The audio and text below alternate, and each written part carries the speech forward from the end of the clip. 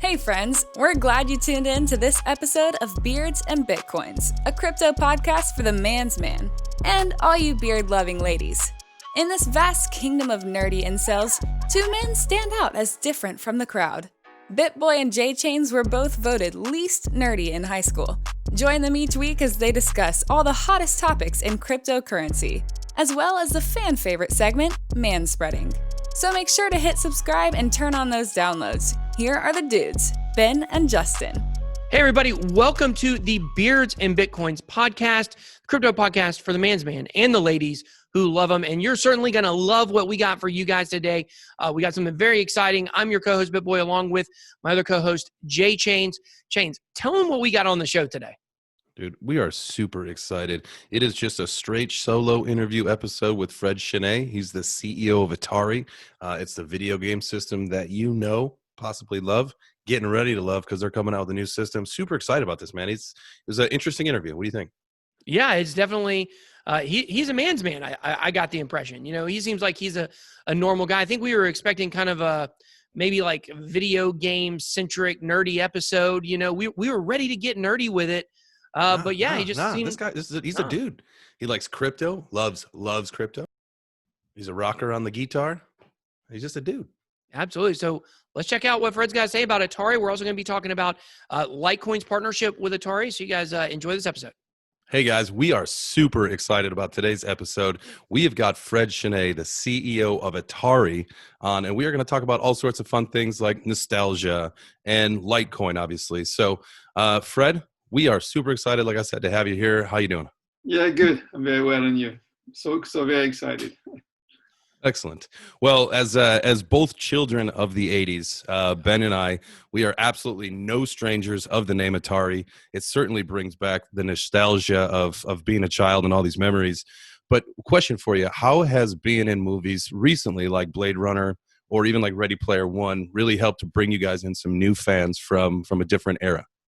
Well, you know, it was very interesting because it really showed that the brand was, very much alive. We were in the first movie. We were one of the few brands that survived. Basically, there was a curse, so to say, on the first movie because you had Pan Am, you had TDK, you had a couple of... Coca-Cola did survive, but you had a couple of brands who didn't make it.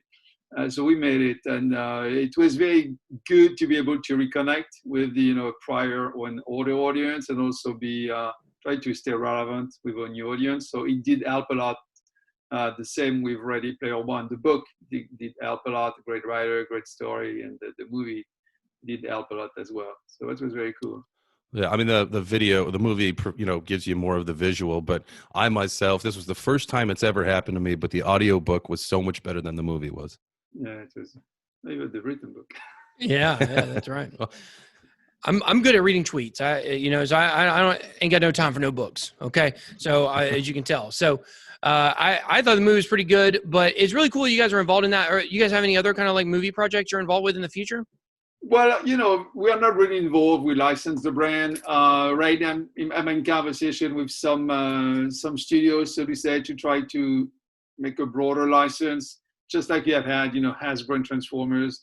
Is there someone out there willing to make a movie about asteroids or missile command? Maybe not. We're having conversations, but especially with the virus, things have slowed down, so to say, in Hollywood. So it will come, when the time is right. Yeah, definitely. I mean, things have grinded to a halt everywhere. So I live in Atlanta. A lot of places from LA are starting to talk about, or from Hollywood are talking about coming out here to Atlanta because we're not locked down out here, So, but okay, so let's go back to I really want to hit on the history of Atari because, I remember playing Atari when I was a kid. My favorite game I like to play was the cowboy game. Yeah, the two cowboys on the sides. One moves up, one's down. You got like a stagecoach in the middle. You got to shoot, try to kill the other person. You guys remember that game? Everyone has their favorite game. Yeah. That's very funny for Atari. Yeah, so that was one I loved playing. But like what? So, there's certainly, other video game companies that completely went out of business. You guys have managed to survive. But at that time, you guys were like the prime, you guys are the godfather of video games pretty much. But what kind of happened between then and now to where, like you had these other companies that kind of, moved out in front in terms of console gaming. And to follow that up, what are do you guys have any plans to try to get back in that race at some point or anything like that?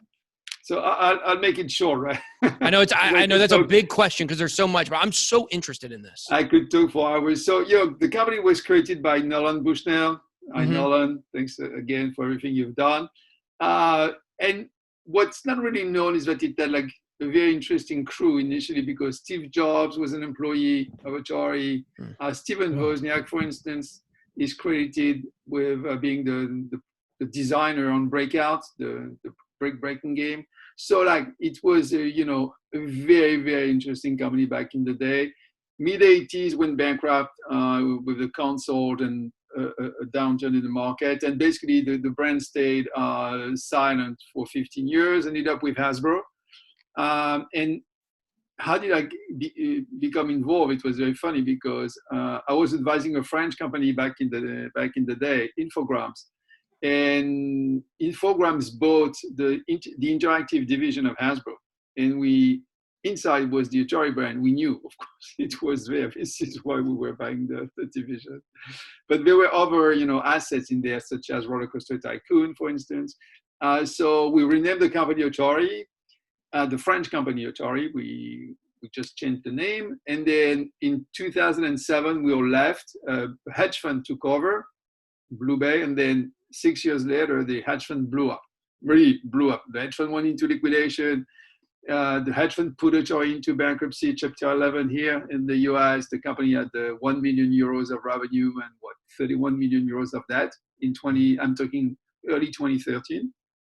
And I had, kept some consulting gig with the company. So he called me back saying, it's a disaster. You have to come back. If you want it, it's yours, but just, cover us, so to say.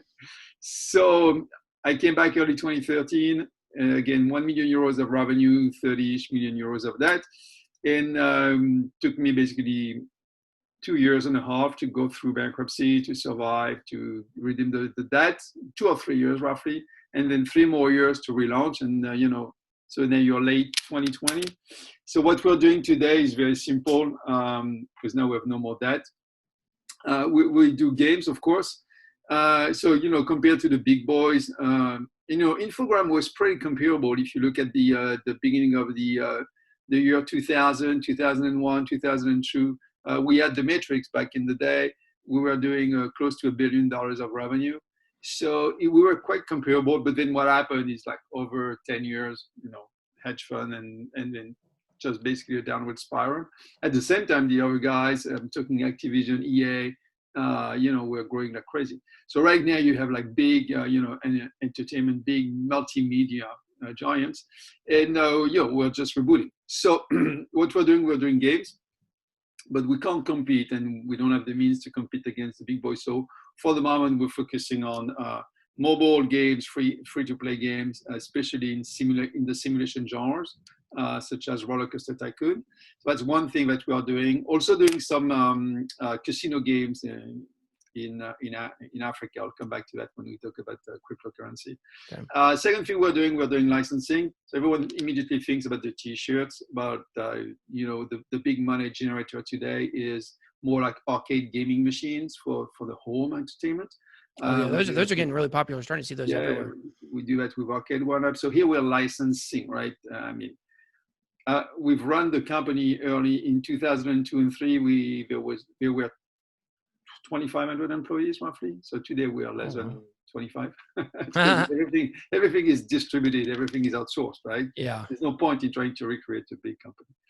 Look, with the virus, it's I think it's just a proof of concept. I would say, unfortunately. So you have licensing. You have the plug and play devices. You have the home arcade gaming machines, for instance, the T-shirts, all of that. And then the third business line is the new Atari video computer system, the console. It's not a console, it's a computer system. So it's a personal computer that will be out this year. We were supposed to launch it in March, but of course, with the virus, China going into lockdown. So the thing has been delayed. It will be released when the supply chain is back to I would say, normal conditions of pressure and temperature, which is not the case today. But it's coming back. So we do games, licensing, and a new video computer system. It's a computer system. You should check it out on atarivcs.com. It's pretty cool. You can adapt it. You can increase your memory. You can basically, it's a very flexible machine. It's a nice PC for $300. Oh, nice. I was looking online. I was looking online, and it appears as originally Atari was going to launch the system as VCS, but it came to market as what we know is the 2600. Is that right?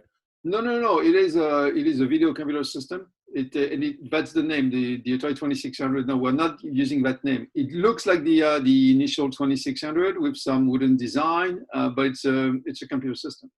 Okay. Very open. You can download. You can install any operating system. It's very, very flexible, and it has a section inside is a curated, so to say, section, which is basically like a console. Cool. So Atari VCS, and then we do crypto. So, which is the big thing. That's what we do here. What a coincidence.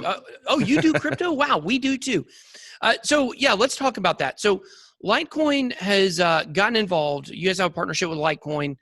We talked about it a little bit on the podcast last week. Wanted to get your perspective on it. Kind of how did that come about? How did you guys choose Litecoin? And, what's that relationship all about?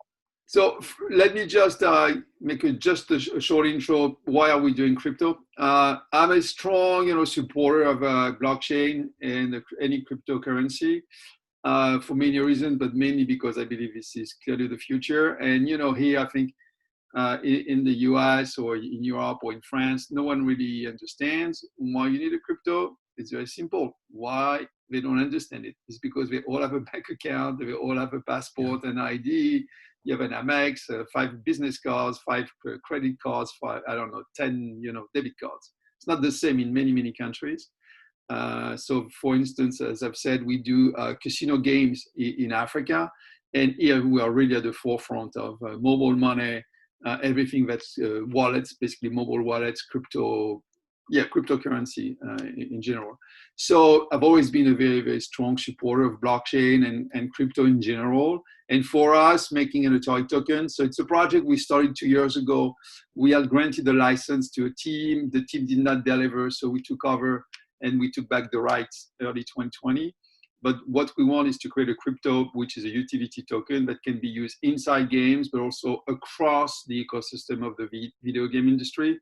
Our industry is, and I mean by professionals, because today our industry is completely distributed, so to say. If you look at Roller Coaster Tycoon, you have a studio which is in Canada, you have testing, which is sometimes in Canada, sometimes in India. You have in other games, you have other people doing animations in Thailand, in Vietnam, drawings in environments in Korea. So it's just all over the place. And that's why I believe that there's going to be a lot of, smart platforms, blockchain, smart contracts in our industry. And the second trend, which is very, very important to me, is that today you have basically 4 billion, call it 4, to make it simple, 4 billion people who have access to internet. Tomorrow, with all the systems that will be launched, and they will be launched, right? You have the Google one with the balloons, you have not Facebook, you have a SpaceX, you have all Amazon, you have all these systems. I think it's going to jump, again, big numbers, but it's important to set some parameters from 4 to 8 billion people having a high, a very, very good quality, high quality connection to the internet. These guys will never have a bank account because they have no ID, right? They have no address. If you I travel a lot in Africa, for instance, you go to Kinshasa, they have no address. Just like they have no ID. So these guys will need, the only way for these guys to be, to come out of poverty, so to say, is to go online, work. And I think they can do a lot of work in our industry. So there will be a lot of people that will be interested to work in the industry. So this is why we're doing the token. Now, back to your question about the Litecoin, I think what's interesting at the end of the day is that you all want to have as many users as possible. You'll be successful if your currency, your utility token or whatever is as widely used as possible. And if you go back to, for instance, before the war in the USA, he had what, more than I read more than 2,000 different dollar notes. Yeah. It wasn't Well, $1. before the Civil War. Yeah. Yeah, before Civil War, you had more than it wasn't $1. You had like lots of US dollars. So maybe if you think about it, I think the way I see it a little bit is you're going to see some very smart platforms with smart contracts, and you're going to be using on that platform. You're going to be using maybe Libra. You're going to be using the Atari Token. You're going to be using, just like you have the Japanese yen. And after that, you will be able. Okay, I'm working here. I'm making this money. Or I'm spending my money there. But I just need to, to exchange my crypto with another crypto. And this is, at the end of the day, this is what's going to happen. So this is why having Litecoin for us is not a competitor. We're all pushing in the same direction, and being able to offer use cases to Litecoin, which is, hey, if you want to buy the Atari token with the Litecoin, great. B, if you want to buy the new Atari video computer system with the Litecoin, more than happy to give a discount. So we'll make a further announcement on this. We have not given the exact date or the exact amount of the discount, but the fact is, yes, we're going to give you a discount because it basically helps the promotion of the cryptocurrencies. But the big thing for me is 4 billion people today, 8 billion people tomorrow. They have to work, and the only way for the most efficient way for them to come out of poverty is to go online, work online, be paid in crypto, and find a way to swap the crypto into their local currency. But it's going to happen. It's going to happen for sure. That's great. Now, do you guys have any of your employees that say, hey, we're so into this, we're believers, can we get paid in crypto versus fiat? So no, not in the US. But what I think I'll try to do is to incentivize based on some crypto. But right now, it's like in the cable system, right? It's the last mile. So let's say you are in any country, you have a crypto. Let's say you have a Bitcoin, right? Say your guy down the road, around the corner, is not going to accept the Bitcoin, not necessarily to pay for food, right? So how do you convert? So basically the crypto to the local crypto fiat, right? Or whatever is accepted downstairs. And I think, your question, you will have a lot of answers, positive answers once that last mile, so we said the last mile or the last stairs issue has been solved, right?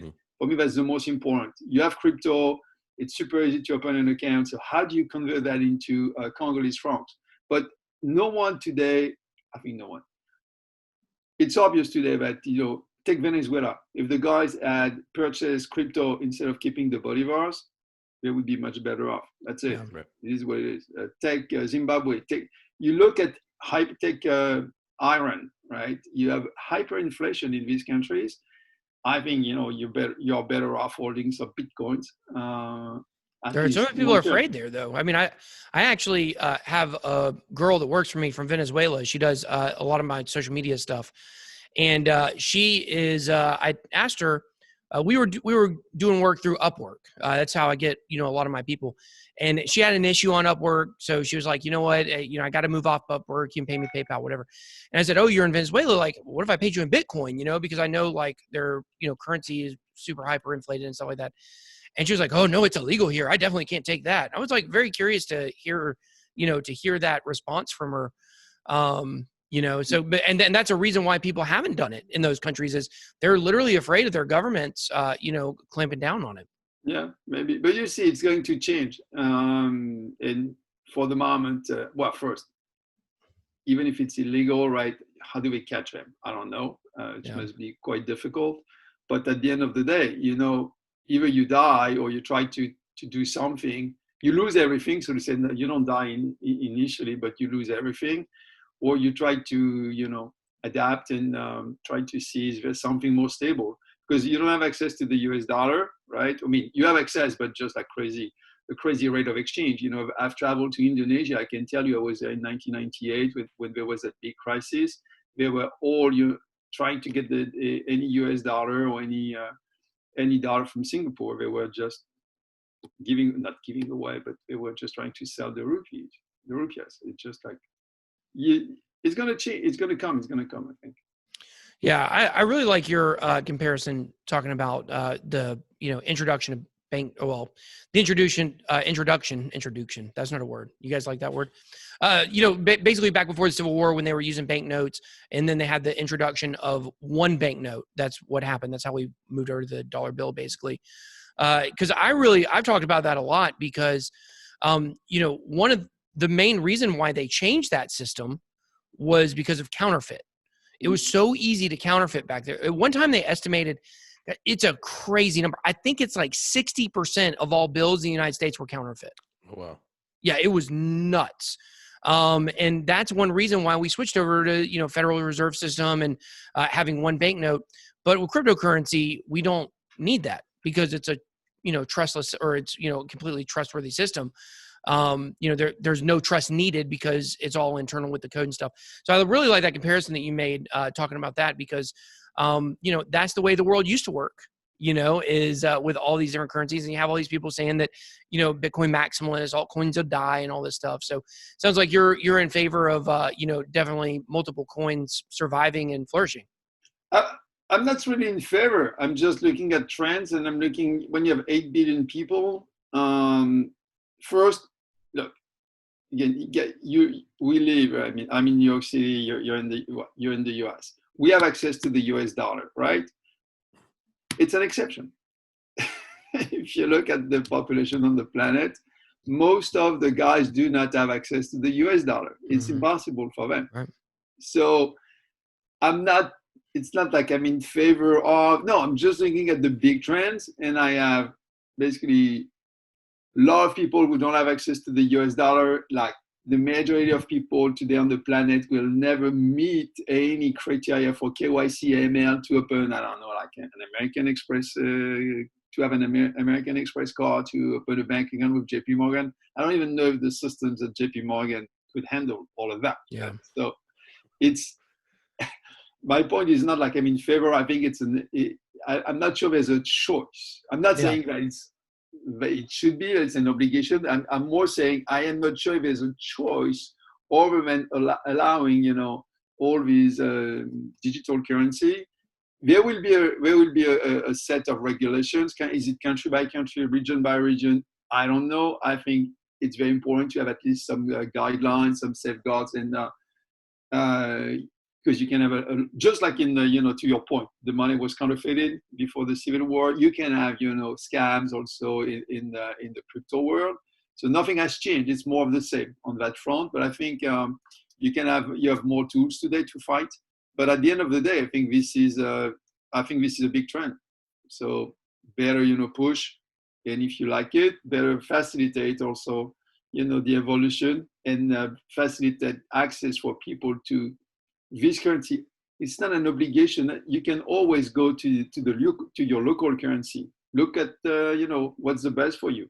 Maybe for you don't need crypto. Maybe what's interesting, I would say, is that if you go to countries like emerging countries, if you again back to Africa, it has been showed that the last bill they will default on is the telephone bill, the mobile one. They will always pay no matter what. Yeah, that's a good point. You the got to be in last contact. bill they will default on is the phone bill, because if they have no phone, they have no basically economic life, and they are not part of the new systems, which is a big problem, because it means that if you don't have access to hardware, or if you don't have the money, the most important is access to the phone today and access to the internet. If you go to Kenya, for instance, you can make an online payment. For those of you who are not familiar, basically everything is on the phone, right? Some people use banknotes, but more and more you have Maasai people, they go to the market, and to buy their daily food, they will pay with their phone, right? So what's even interesting is that even if you have no credit, no voice credit, no second, no minute to talk, you can still make a payment, because we'll give you access to the phone and to the online payment system, the pay bill system, even if you have no minute to talk, just because they know it's super important for you. So That's a trend.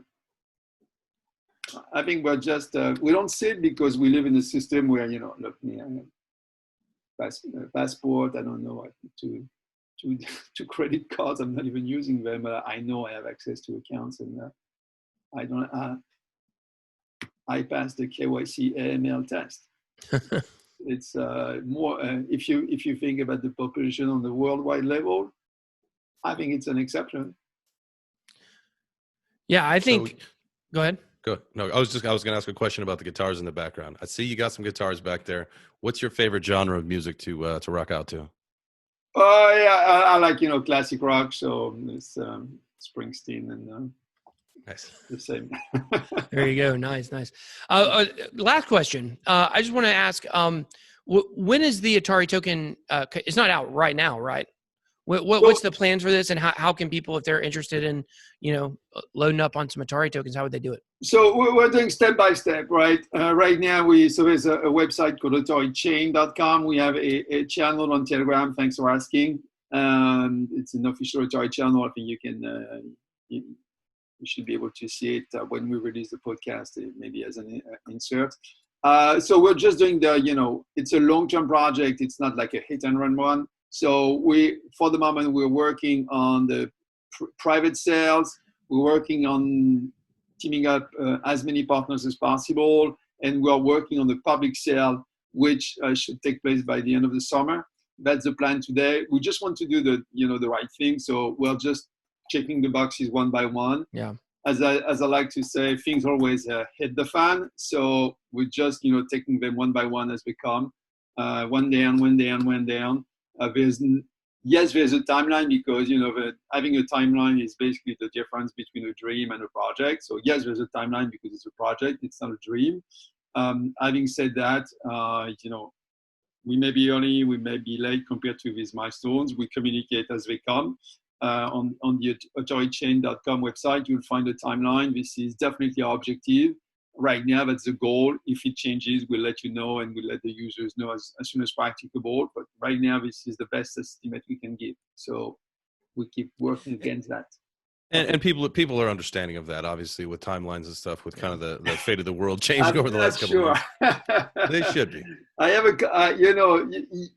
well, that like me, but especially I've run a couple of listed companies, and I try not to be too much on Twitter, because I have on Twitter, I'm not even answering, because I can tell you, I could show you tweets like, hey, Fred, where is the blah, blah, blah, Atari VCS was supposed to be here in March.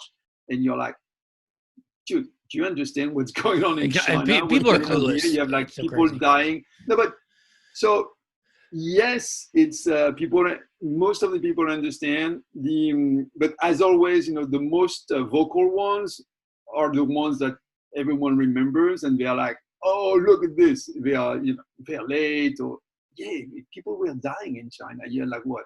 Unfortunately, in this country, we're going to cross the 100,000 bar, for the death, which is super sad. So it's nothing is back to normal today. Everyone is working. I can tell you, the team is working from home and working. There's no limit right now. It's just like, unfortunately, you wake up, you go to work. And I made a joke the other day. I said, hey guys, it's Good Friday, so everyone can leave the office at 2 p.m. But everyone was already home. That's funny. But it's we'll see. Look, we are as transparent as we're ambitious, we're bold, we're also as transparent as possible. So people should just check out the website and Telegram. And if it's early, it's early. If it's late, it's late. And if it's on time, great. That's it. Well, Fred, it was great talking to you. Likewise. Thank you so much for the opportunity. Stay safe. Absolutely. And good luck. We'll be looking forward to see how Atari Token does. Yeah, and watch the takeoff tomorrow, please. Yep. Take off the SpaceX. Okay, awesome. We'll do That's it. the most important thing tomorrow. Awesome. All right, Fred. Well, thank you so much for joining us. Thank you. You're very welcome. Thanks for the opportunity. Okay, Bye. bye. Thank you for listening to the Beards and Bitcoins Crypto Podcast. If you enjoyed this episode, please make sure you are subscribed on your favorite podcast platform, and help us spread the word by sharing your favorite Beards and Bitcoins podcast episodes on your social media. Also, make sure to follow us on Twitter @BeardsBitcoins to participate in the weekly poll, chat, and share fire memes. Oh, and don't forget to visit our website, beardsandbitcoins.com, for more episodes, information, and merch today. See you next time!